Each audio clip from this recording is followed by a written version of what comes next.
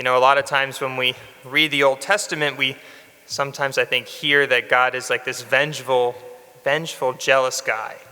But if we read our first reading more closely, we actually see the opposite. First of all, for context, this is happening in the times of the judges. So what does that mean? Remember that through Moses, God leads them out of the promised land, or leads them out of Egypt, rather. And then through Joshua, leads them into the promised land, and they settle down into 12 tribes.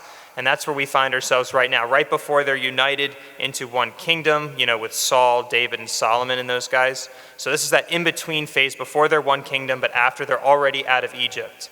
And here we hear that they're abandoning God. He did all these miracles for them, and they're like, yeah, we're going to go worship the other gods. All the surrounding nations, we're going to adopt them, like the Baals and stuff like that.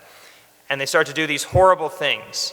And God basically says, okay, you choose to separate yourself from me, the author of life, of peace, of joy, protection. Well, you're going to get the opposite. And he lets them lie in the bed that they make.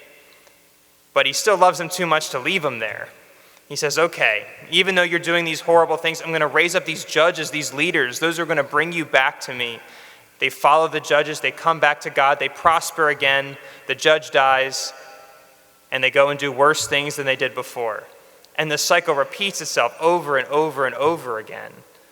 But this is actually good news for us, because I don't know about you, but I sin over and over and over again. And God could just be like, you know what, Father Josh, enjoy. You've made your decision. I'll just leave you there. But he doesn't. He calls us back. Each and every time we sin, he knows that, yes, you've done it, but I don't want you to stay there. I'm calling you back. Come back to me. Repent. That's what he did for the people. That's what he does for us. That no matter how many times we've sinned, no matter how many times or how seriously we've turned away from God, he doesn't want us to stay there. He always calls us back. So let us thank God today that we have such a merciful God, one that doesn't leave us in our sin, but always calls us back to heal us.